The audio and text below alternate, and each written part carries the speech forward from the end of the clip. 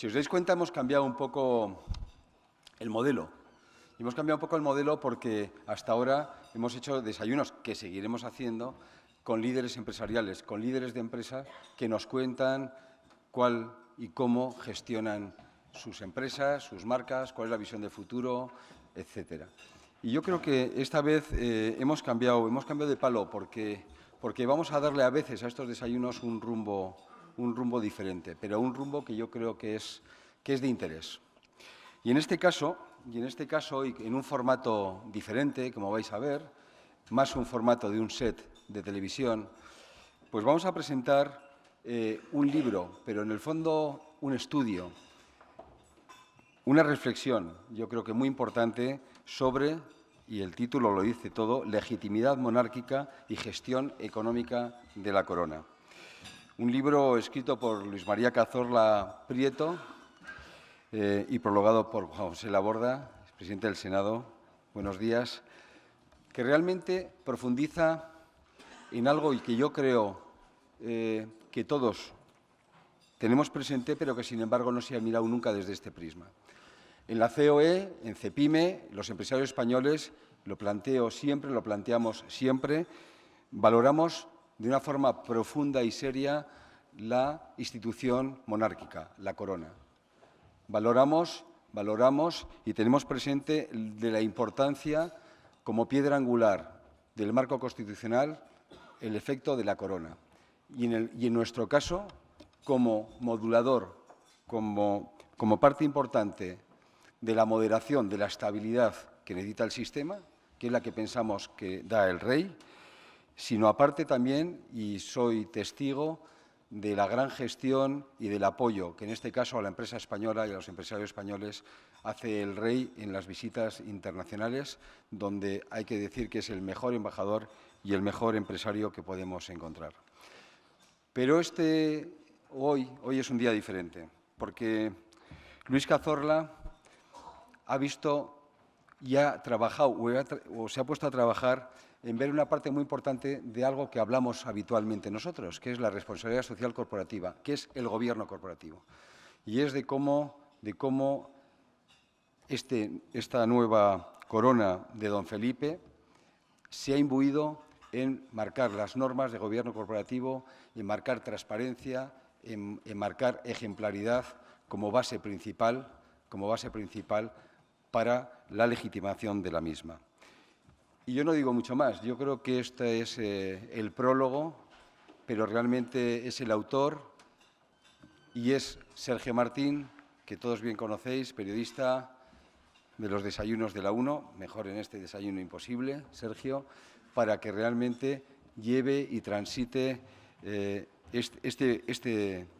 esta reflexión, que yo creo que es muy importante. Por tanto, cambiamos el modelo y yo creo que, aparte de aprender, nos entretendremos más. Muchísimas gracias. Disculpo al presidente CEPIME, que está fuera de España, y en la próxima, como no podía ser de otra manera, estar aquí. Sergio.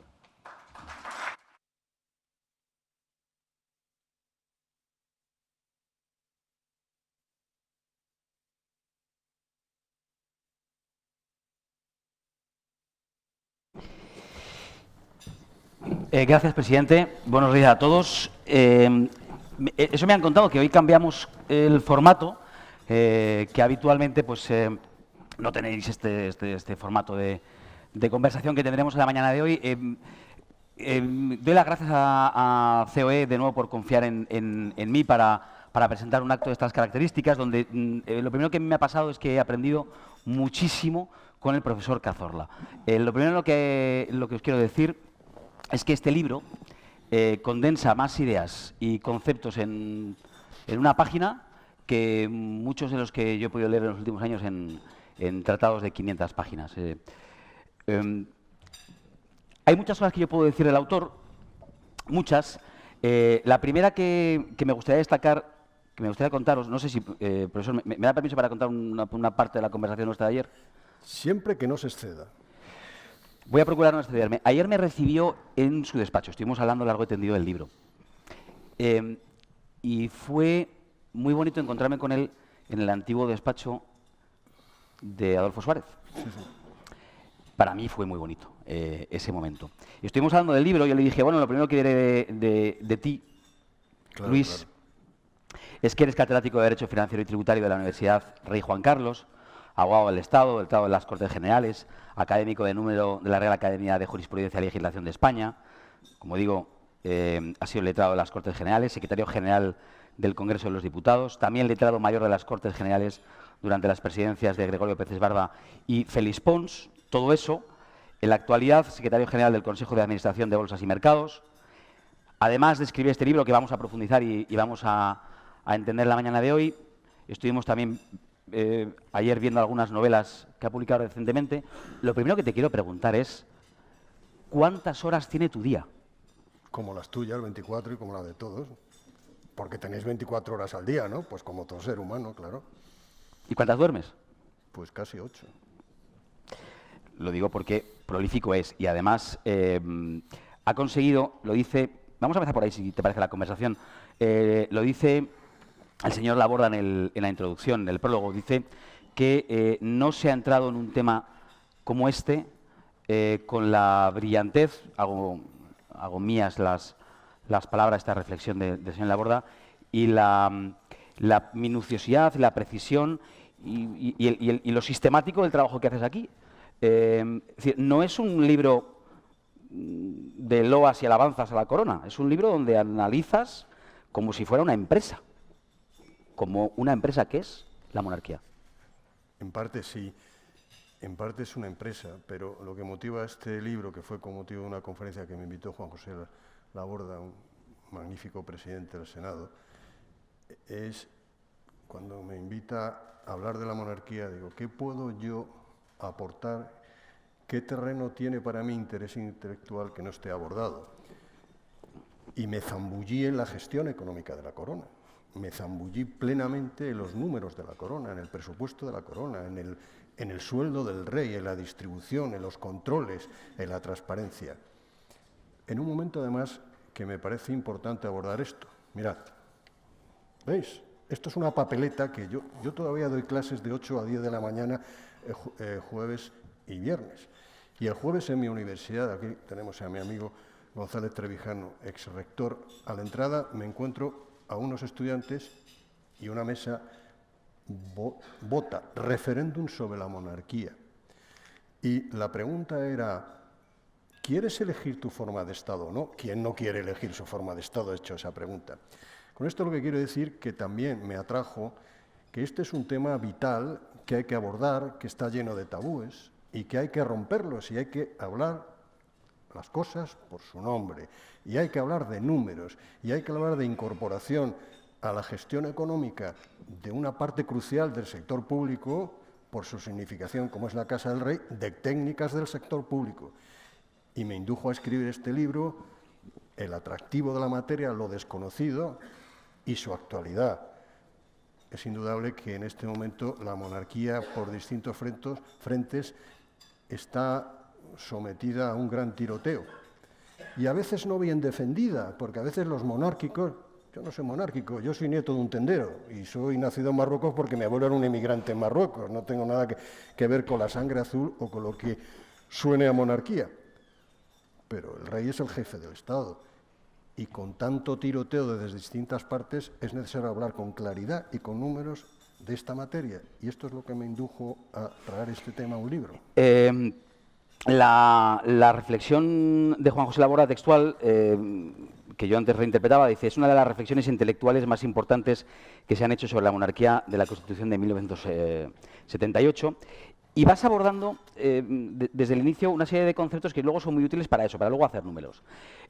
Tú estableces una diferencia y dices, entre la legitimidad simbólica, la legitimidad histórica y la legitimidad funcional, es donde situamos el inicio de por qué crees que se están haciendo las cosas y se deben hacer las cosas con transparencia y con esa metodología científica que crees que tiene también que aplicarse a la corona. ¿Qué es eso de la legitimidad funcional? Hay de los peores enemigos de la monarquía como jefatura de Estado son ciertos monárquicos, los que creen que solo con la legitimidad histórica y simbólica se justifica hoy en día una jefatura de Estado en forma monárquica. porque tiene valor lo simbólico y lo histórico. Yo creo que fuiste tú, Antonio Garamendi, quien me dijo que cuando vino, entre comillas, el emperador chino, a quien querían ver era al rey y al Palacio Real. Eso es un fondo simbólico, histórico, pero una sociedad secularizada, racionalizada, en donde generalmente los principios esotéricos juegan poco, lo que importa es hacerlo bien. Es decir, que haya un fondo simbólico, un fondo histórico, pero una legitimidad de oficio de ejercer bien la jefatura de Estado, de hacer lo que tiene que hacer en virtud de una tradición histórica y simbólica, pero reforzada por la legitimidad, la justificación de hacerlo bien. Y en la justificación de hacerlo bien, una parte muy importante es la ejemplaridad económica. Y dentro de la ejemplaridad económica, una parte muy importante es la gestión económica de la Casa Real. Este es el engarce de...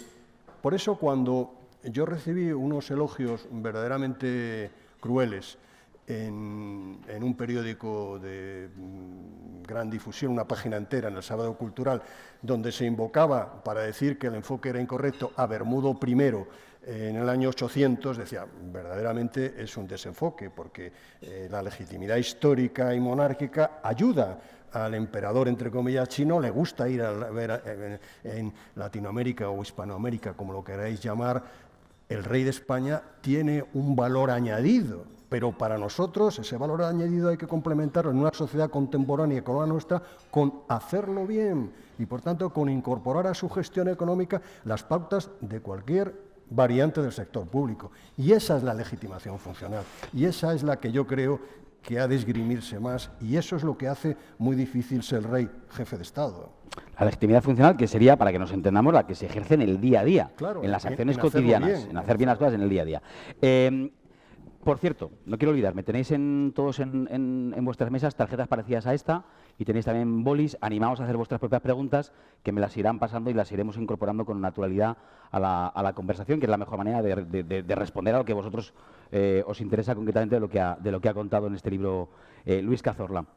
A mí hay algo que ya mi curiosidad malsana de periodista me pide el cuerpo preguntarte ya. Hace pocos días estuviste con el rey presentándole este trabajo. Sí, hace unos días, y con el presidente Laborda y con el director general de Thomson Reuters, que es la editora. ¿Y cuando le presentaste esto, qué te dijo? De lo que se pueda contar. Pues sí, se puede contar, naturalmente. Estuvimos hablando primero del libro, de su contenido, después de otras cosas. Dijo que reflexiones académicas como esta es la que sirven a la monarquía actual, en las que necesita la monarquía actual. No habló de Bermudo I, Hay algunas reflexiones que son curiosas, que al menos a mí, desde mi posición, reconozco que absoluto lego en materia de leyes y en cuanto a los números parecido, hay algo que me llamó mucho la atención, y es cuando explicas que esta monarquía que ejerce desde la llegada de Felipe VI incorpora valores propios republicanos. Explica un poco esa idea, porque es un poquito curiosa. Vamos a ver. Vamos a ver con toda claridad, porque yo creo que a la monarquía como jefatura de Estado le conviene que se hable con claridad y se ponga de manifiesto la situación, porque un ciudadano actual, contemporáneo, pues con el simbolismo y la historia no le acabas de convencer. Volvamos a lo mismo. Vamos a ver. Yo creo que la legitimidad de don Juan Carlos estaba fundada, aparte de lo histórico y simbólico, en lo que hizo la transición en el año 81 y en su figura excepcional, después deteriorada por circunstancias que yo no soy quien por los últimos años, en el ánimo de todos. Pero claro, esa legitimidad muy marcadamente política ya no la tiene su hijo. Su hijo tiene otra formación, tiene otra contextura, tiene otras circunstancias y, por tanto, yo creo que comprendió inteligentemente, y lo comprendió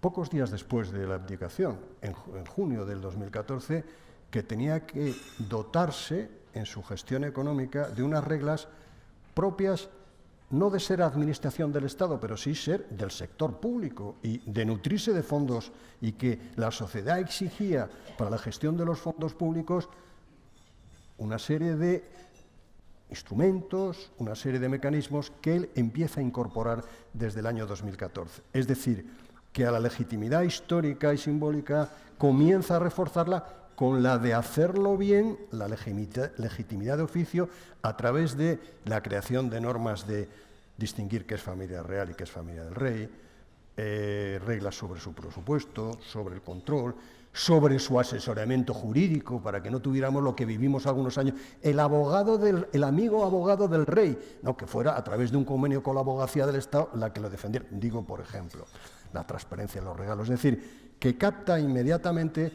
que él, tal como yo lo veo, tal como yo lo he pensado, no tengo ninguna relación más que la que me da el estudio, mi cabeza, y de estar pendiente de la realidad de las cosas. Capta que inmediatamente no podía ejercer la jefatura del Estado con los mismos miembros que mimbres, con B naturalmente, que su padre, sino que tenía que dar un cambio radical. Y en el año 2014 empieza a cambiar radicalmente, cosa poco conocida, la gestión como jefatura del Estado de la Corona. Por tanto, pasa a reforzar la legitimidad de oficio funcional frente a la histórica o simbólica que tiene, pero que la de oficio la refuerza. Bueno, lo que estás contando enlaza con el capítulo en el que hablas de los elementos que contribuyen a esa legitimidad monárquica funcional, hablas de la impecabilidad económica, de eso hemos hablado y luego volveremos, hablas del estilo, del ethos, creo que es donde se sitúa esto que nos estás contando, y la ejemplaridad personal. Como has dicho, vamos a hablar claro, una pregunta que seguro que muchos están haciendo. Vamos a ver, o yo me la hacía cuando leía el libro. El tema de los regalos, que lo has mencionado así. No, bueno, ahora entramos en materia, sí. Los regalos.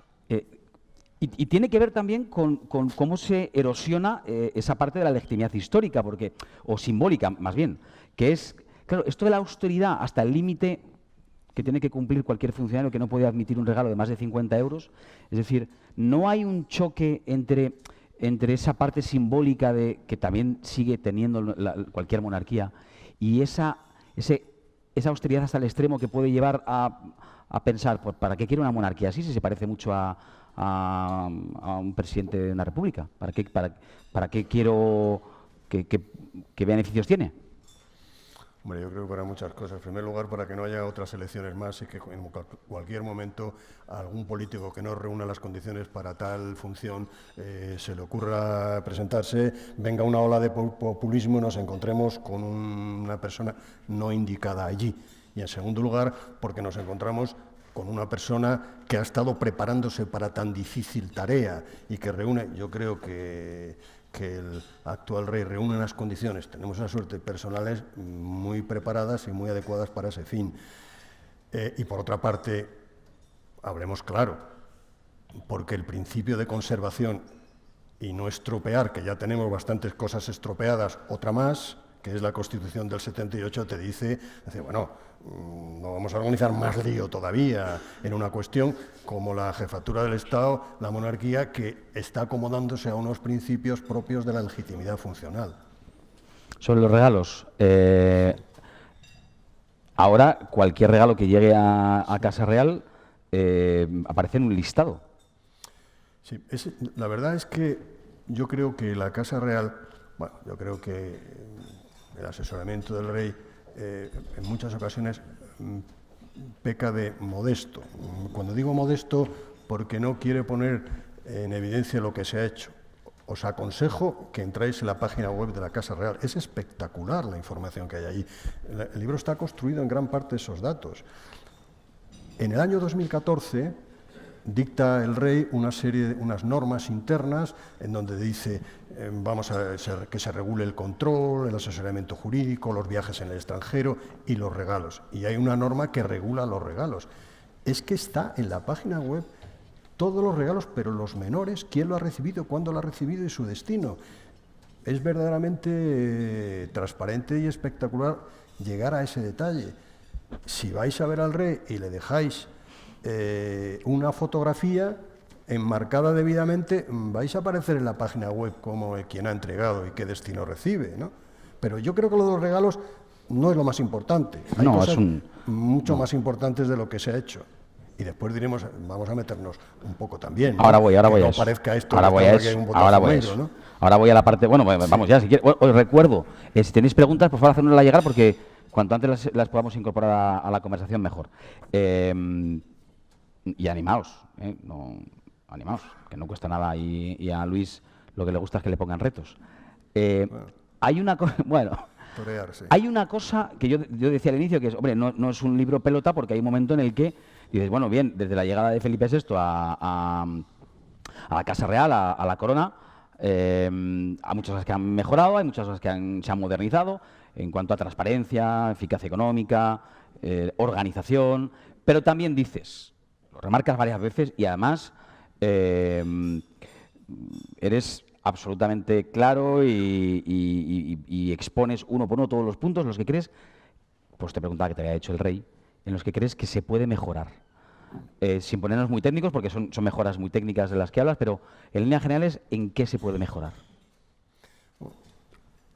Ahora te contesto, pero yo creo que antes hay una cosa, vamos a ver, tiene que ver con la mejora, ¿no? Pero es quizá anterior, vaya. Dice la Constitución que el rey dispone libremente de la asignación, libremente, o sea, libremente. Los 7 millones y pico de euros para la casa, según la Constitución, podía ser libremente. Entonces, yo me zambullo hasta el final en interpretar jurídica y políticamente, pero sobre todo jurídicamente, que es libremente, y establecer unos límites a la libertad que aparentemente, que no es arbitraria, le atribuye la Constitución. Es decir, ahí, no voy a entrar, es que me meto hasta los límites del sueldo del rey en relación a una serie de principios y criterios. Por tanto, ahí hay la construcción de limitaciones a la voluntad del rey que se podrán acoger o no, eso es otro criterio, pero hay un esfuerzo por racionalizar esto, por racionalizar en función de criterios jurídicos. Pero después, mejoras en concreto, como decía antes, zambullido hasta el fondo.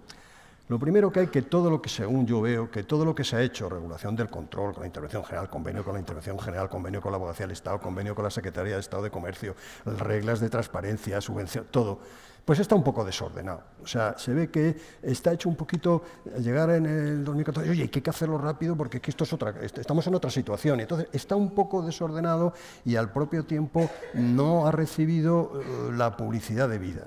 Después, hay campos en donde se puede mejorar. No voy a entrar en técnicas presupuestarias porque no es el caso, pero hay gastos que hay que especificarlo más, hay documentos que, según técnicas presupuestarias, confunden una cosa con otra, y hay una cosa que hay que mejorar mucho. Se ha mejorado, a mi juicio, mucho en el control externo. Si me enrollo demasiado y me alargo, tú me cortas. No, estaba pidiendo preguntas. Animaos, ¿eh? No, discúlpame, Luis. Hay algunos que son... Todos son muy amigos, pero algunos, porque la vida nos ha unido todavía más. Entonces, los muy amigos, hacer alguna pregunta, por favor, porque si no, le vamos a dar un soponcio. Gracias, ya está. Bueno, ahora ya veo alguna pregunta por ahí. Sí.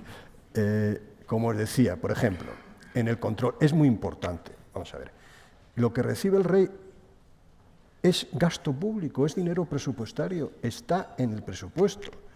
Es cierto que la Casa del Rey no es administración del Estado, pero hay incluso una sentencia del Tribunal Constitucional que dice que es sector público. Luego, hay que incorporar las técnicas del sector público, es dinero público, por tanto, hay que controlar, pero no controlarlo con técnicas del sector público. Entonces, se dio un paso importante en un concierto con la intervención general que audita las cuentas. Pero, sin embargo, el control interno, el control de la intervención de la Casa del Rey no está suficientemente construido, se puede mejorar bastante a mi juicio. En fin, para dar pinceladas y no aburriros en técnicas presupuestarias o de control financiero. Solo apunto la idea. Bueno, que no me damos subvención, Luis, que yo lo que quiero es que sea participativo y que preguntéis lo que queráis. Por ejemplo, ya tengo aquí una que me parece interesante. Dice, el libro parece que compara la regulación de la Casa Real con otras instituciones de otros países. Sí lo hace, ahora de hecho analizamos algunos datos.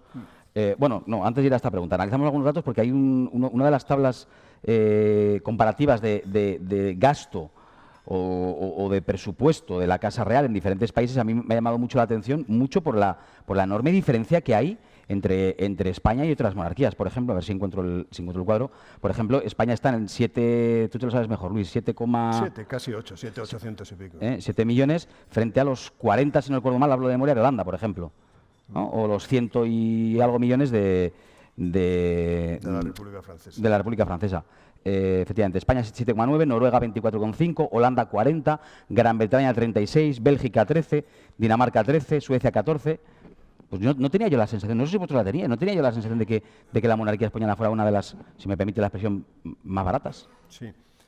Bueno, ahí tuve que hacer un esfuerzo enorme porque esto está sometido a poca transparencia, y no son términos homogéneos. Cuando vas a los presupuestos de las casas reales, no son términos homogéneos porque suman elementos distintos. Pero dentro de una orientación general, que yo lo respaldo con datos, y con datos de las casas reales y con un trabajo de un holandés en 2014, porque después no he encontrado nada más, efectivamente España, lo que es la Casa Real, está situada en la cola de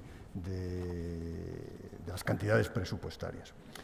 Bien es cierto que, como ha salido estos días en algún medio de difusión, dice, los datos que figuran, los 8 millones son falsos, es erróneo, porque dicen, claro, allí no se contabiliza el Palacio Real, claro, allí no se contabiliza la Guardia Real, claro, que solo paga defensa, no se contabiliza el mantenimiento de los coches, pero claro, es que si tuviéramos una jefatura de Estado republicana íbamos a cerrar el Palacio Real, o no iba a haber Guardia Real, que se llamaría Guardia Republicana, como se llamaba en tiempos de Alcalá Zamora y de Azaña. Es que los coches que hay en el Pardo, el que le regaló Hitler al general Franco en su momento, afectó a la jefatura de Estado, lo vamos a quemar, lo vamos a tirar, no lo va a guardar la jefatura de Estado republicana. Es decir, esos gastos serían permanentes, no se puede, se pueden atribuir a la monarquía, pero también a cualquier jefatura de Estado republicana, porque, como digo, vamos a cerrar, no vamos a tener Guardia Real, le cambiaremos el nombre por Guardia Republicana, pero al final alguien tendrá que hacer esa función.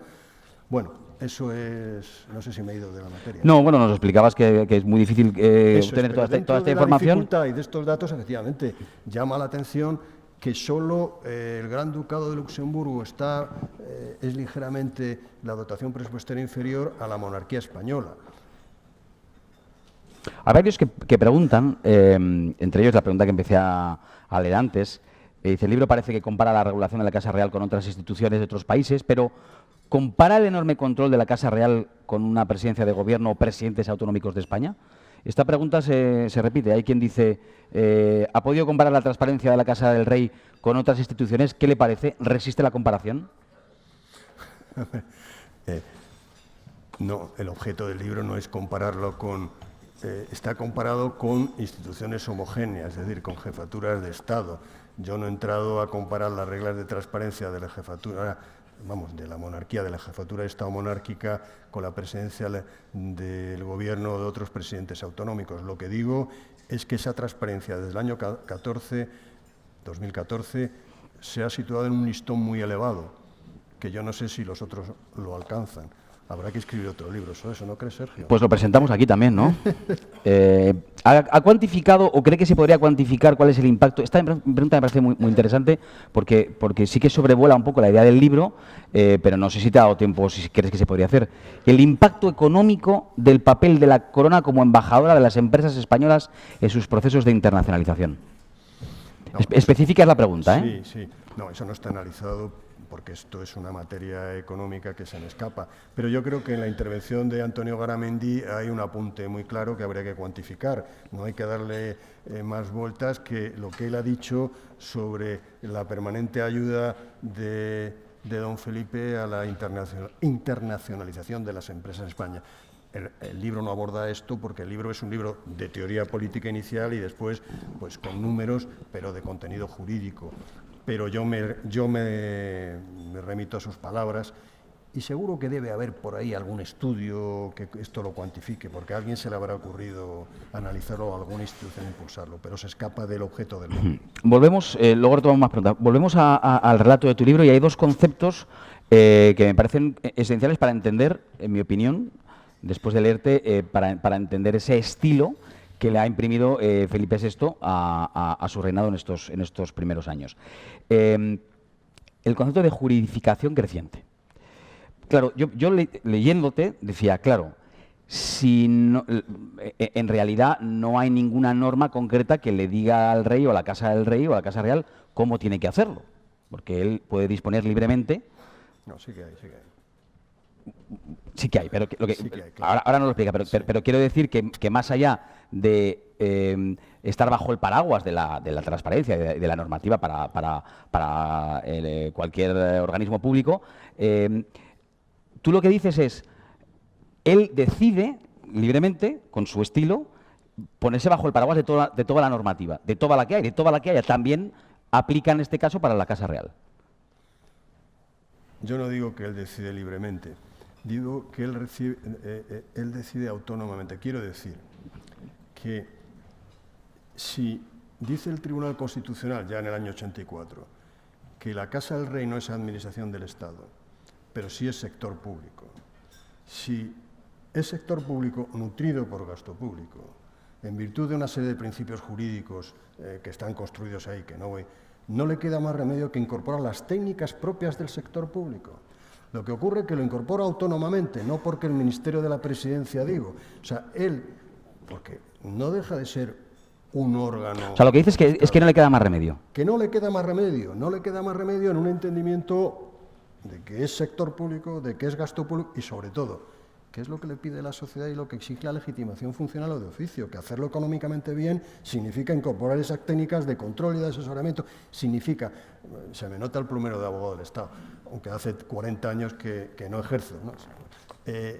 Significa que si es el sector público que tiene que defender, pues que, volvemos a decir, no veamos el espectáculo de los abogados amigos del rey, sino que sea en virtud de un convenio con la abogacía del Estado, que el abogado del Estado correspondiente le defienda.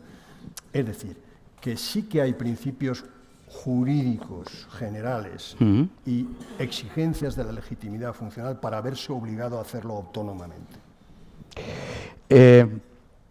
Hay dos preguntas relacionadas con lo que estamos hablando y que están relacionadas entre sí.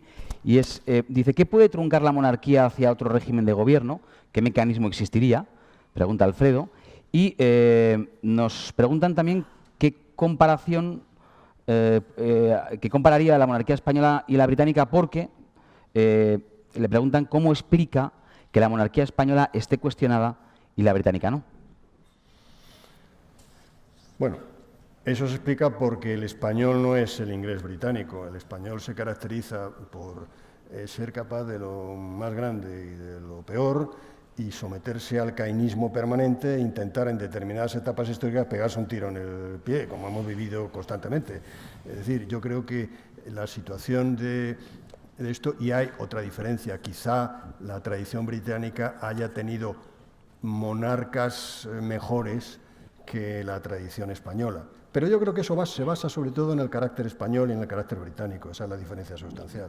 Este gusto que tenemos, que además habéis comprobado que últimamente se ha fomentado, de pegarnos tiros en los pies continuamente, digo, bueno, pues, y de negarnos a nosotros mismos, pues también hemos negado, por tanto, a nuestras instituciones. Pero eso es muy mala cosa. No voy a caer en el error de... no te parecerá bien. Ahora te voy a preguntar yo a ti. Bueno, no estoy acostumbrado a responder preguntas, pero vamos, yo me dejo preguntar con elegancia. No, decía que no está bien que yo te reinterprete, sobre todo porque cada vez que lo hago, como veis, meto la pata, pero intento entender algunas cosas de la manera que lo hacemos los periodistas y que seguramente también lo hará mucha gente pues que tenga acceso al libro y que no sea, evidentemente, experto como lo eres tú en toda esta normativa.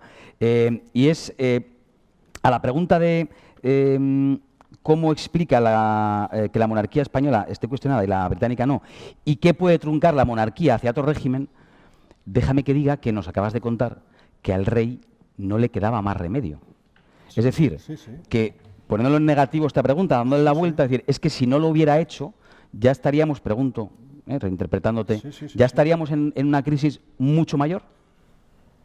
No sé, porque eso no se puede saber, pero de luego habría menos argumentos de fondo para defender la conveniencia y necesidad de mantener la jefatura de Estado monárquica, porque si la última, como estamos hablando entre amigos aquí en Mesa de Camilla, pues hablemos con claridad, si la última etapa de don Juan Carlos no contara con la fuerte legitimación de etapas anteriores, pues no sé lo que hubiera pasado.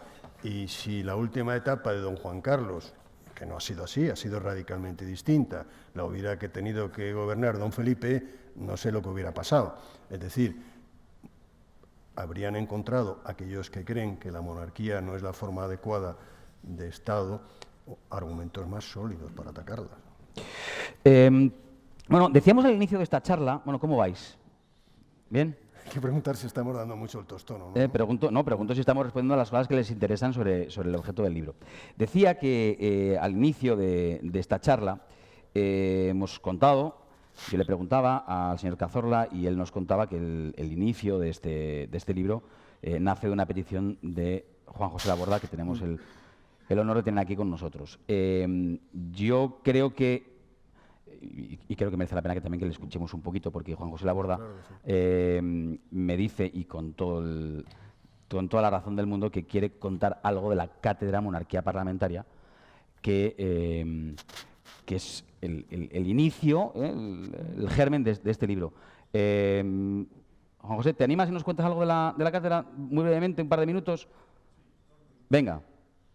Yo no sé si podemos acercar un micrófono o si no, así le escuchamos.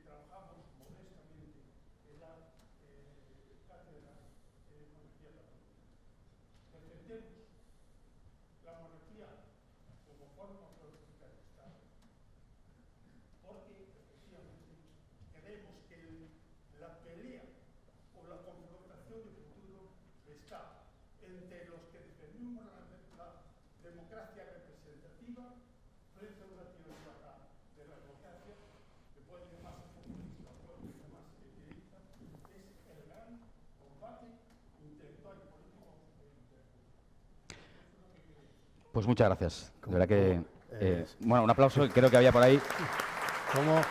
¿Cómo se nota que Juan José Laborda, aparte de un magnífico presidente del Senado, muy neutral y muy institucional, fue un vibrante y brillante portavoz del Grupo Socialista en el Senado. Se le nota el verbo ardiente, por poner otro adjetivo.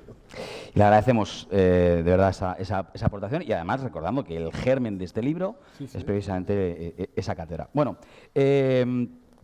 otra pregunta que también nos habéis hecho llegar desde las mesas y que también tocas en el libro. Por eso, además me parece que tiene un debate muy intenso porque también está en los medios.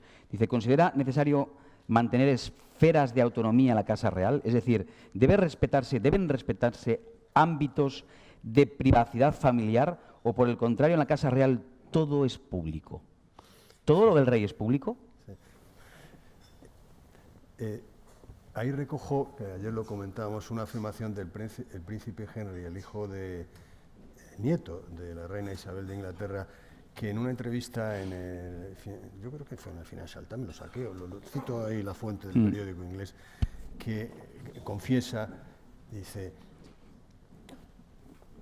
qué difícil es el rey, qué difícil, qué molesto es. Bueno, viene a decir, si hay que hacerlo, se hace. Y dice, si hay que hacerlo, porque he nacido así, no me queda más remedio, porque verdaderamente las limitaciones que esa función entrañan a la intimidad y al ser propio de todo ser humano, que queremos que nos dejen en paz de tener nuestras cosas, a que está sometido el rey y la reina son enormes.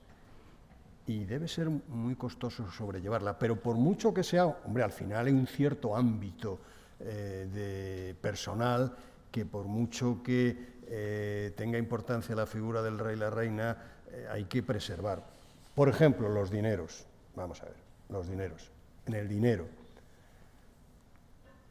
El presupuesto Vamos a ver, hablamos del sueldo del rey, ¿te parece bien? Venga, hablamos del sueldo del rey. Vamos a ver. ¿Gana mucho o poco para ser rey? No, pero antes, hombre, gana mucho propio. Vamos a ver, es que no hay términos de comparación. ¿Con otros reyes? ¿Cuánto ganan los reyes? Pues eso yo no lo sé porque no lo dicen. Pero no hay términos de comparación. En comparación al presidente del gobierno, pero es otra función. Eso no hay términos de comparación. No, yo me refiero a lo siguiente, a la esfera privada. Vamos a ver. El presupuesto dice 7 millones y pico.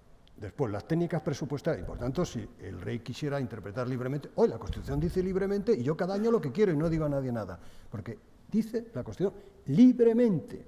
Pero claro, los principios elementales de técnicas presupuestarias de legislación dicen, bueno, libremente. Pues hay principios presupuestarios de especificación, dígame usted que es gasto público, ¿en qué lo gasta?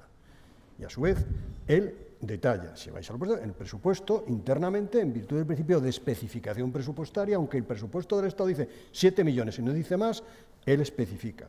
El rey 200, la reina 100 y pico. Bueno, eso es el sueldo. En el momento, y eso sí que está sometido a publicidad, y está sometido a control, tras don Felipe, de la intervención interna y de la intervención general del Estado a través de un convenio correspondiente. Pero una vez que llega a su bolsillo, te parezca mucho o poco los 200.000 euros, te parezca mucho o poco, eso, una vez que pague el impuesto sobre la renta y le haga las retenciones correspondientes, es dinero suyo. No vas a entrar a decir, oye, que si se lo gasto, yo me he encontrado al rey en el Cine Verdi de Bravo Murillo detrás, viendo una película en inglés. ¿Vas a decir que si la entrada se la ha gastado aquí o allá? Eso, en el momento en que entra en su bolsillo, es su esfera de intimidad económica, siempre que pague el impuesto sobre la renta, naturalmente, que se le retenga y pague. Por tanto, aunque la esfera de intimidad del rey, por su importante función, y como dice el príncipe Henry, por lo, joder, qué difícil y qué pesado ser rey, pues es pequeña, pero al final tiene un núcleo de intimidad, y he puesto el ejemplo del dinero para poner de manifiesto esto. O sea que sí tiene un espacio de intimidad, aunque sea pequeño. Claro. Pequeño. Porque todo lo que hace el rey genera mucho interés, tiene mucho interés. Claro, pero ¿cómo vas a decir de los 200.000 euros si le retienen la retención correspondiente, como te retienen a ti, como me retienen a mí, como nos retienen a todo el mundo? Dice, no, pues, voy a decir, no, pues no se lo debe gastar yendo a este restaurante, debería gastárselo yendo a un restaurante. Oye, que eso es su sueldo, que haga lo que quiera, es su intimidad mínima económica, siempre que pague el impuesto correspondiente, claro. Hay otra cuestión que, bueno, que está relacionada con, porque todos estos conceptos están relacionados, ¿no? Que es, bueno, la impecabilidad económica, que tiene como vertiente la ejemplaridad reforzada, a la que tú hablas. Esa ejemplaridad Esta es una pregunta comprometida, pero bueno. Cuentas en el libro y hemos contado aquí que desde la llegada de Felipe VI a la Casa Real ha habido cambios, más transparencia, más adecuación en el estilo a lo que demanda la sociedad actual para que se entienda esa legitimidad funcional. ¿Es que antes esa ejemplaridad no existía? No tanto. Puede explayarse un poco más, doctor. No tanto. Vamos a ver. No tanto.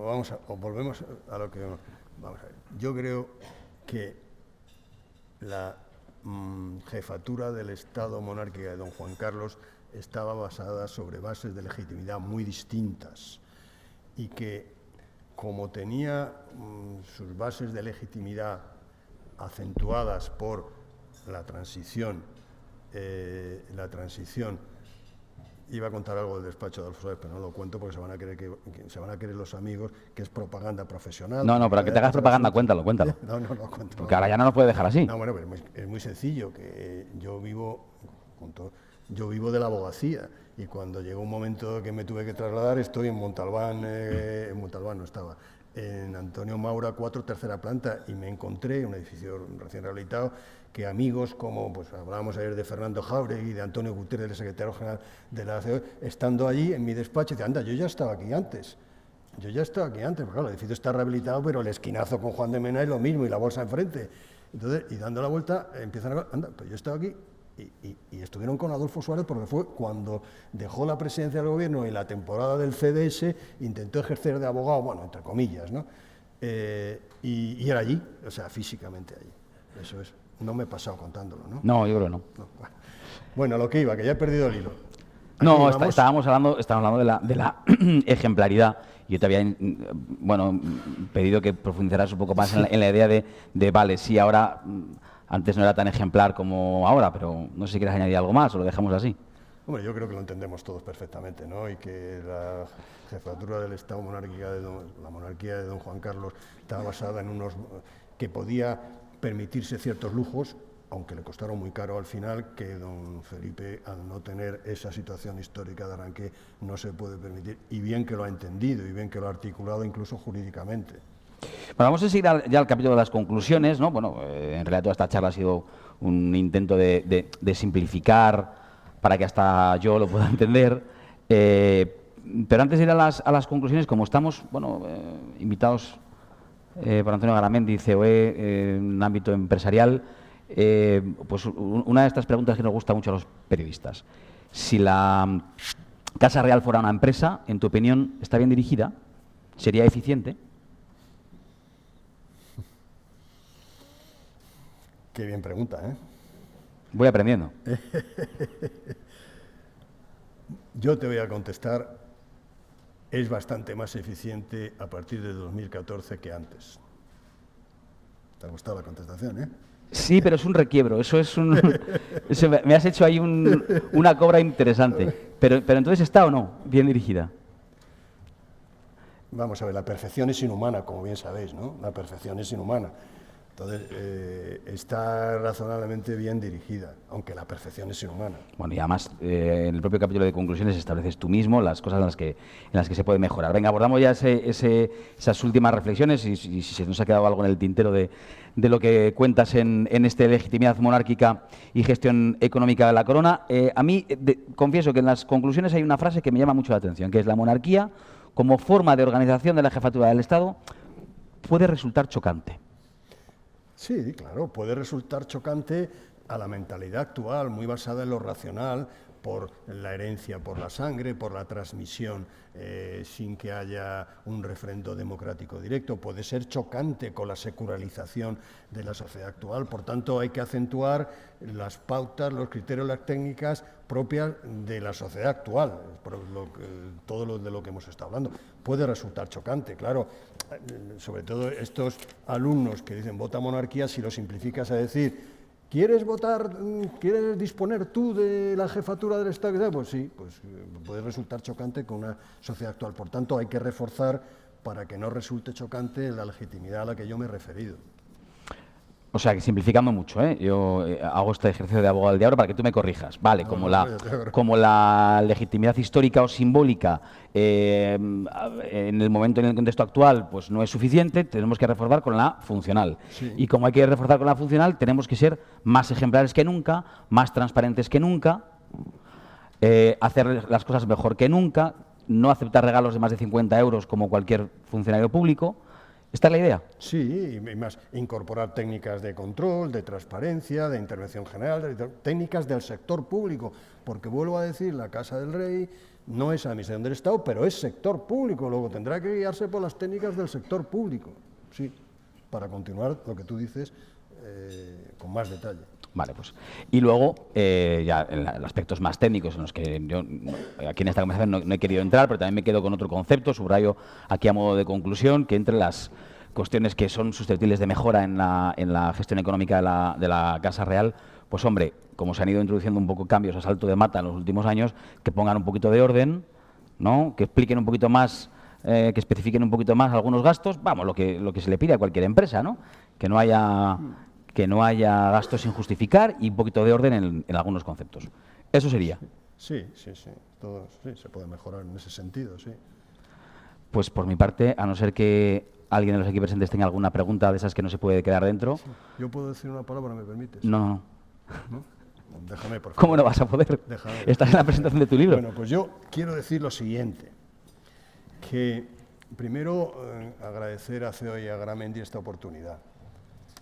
Y segundo, que me parece muy interesante y digno de elogio que una organización empresarial se preocupe de problemas generales que acaban afectando a la empresa y a lo económico y que no se constituya. Yo no tengo ninguna relación profesional con la COE, no tengo más que relación amistosa con Garamendi. Se ha dicho para manifestar que estoy diciendo objetivamente lo que pienso y que es muy buen síntoma que tan importante organización no deje la formación del pensamiento general que influye después en las empresas y en los dineros a otras, y que actos como este he tenido la suerte y la honra de poder participar, pero que es, a mi juicio, un buen síntoma de un nuevo papel de esta importantísima organización. Por tanto, yo acabo diciendo muchas gracias y muchas gracias por haber sido tan buen entrevistador. Bueno, yo lo he intentado. Reconozco que hay momentos en los que yo, en la soledad de mi estudio de tu trabajo, me ha costado, pero creo que lo hemos entendido y creo que hemos intentado acercarlo a todo el mundo para que lo entiendan también. Oye, Sergio, te pregunto, ¿no crees que deberíamos dar las gracias a tantos amigos que nos han soportado 1 hora y pico? Pues sí, un aplauso para ellos. Sí, venga,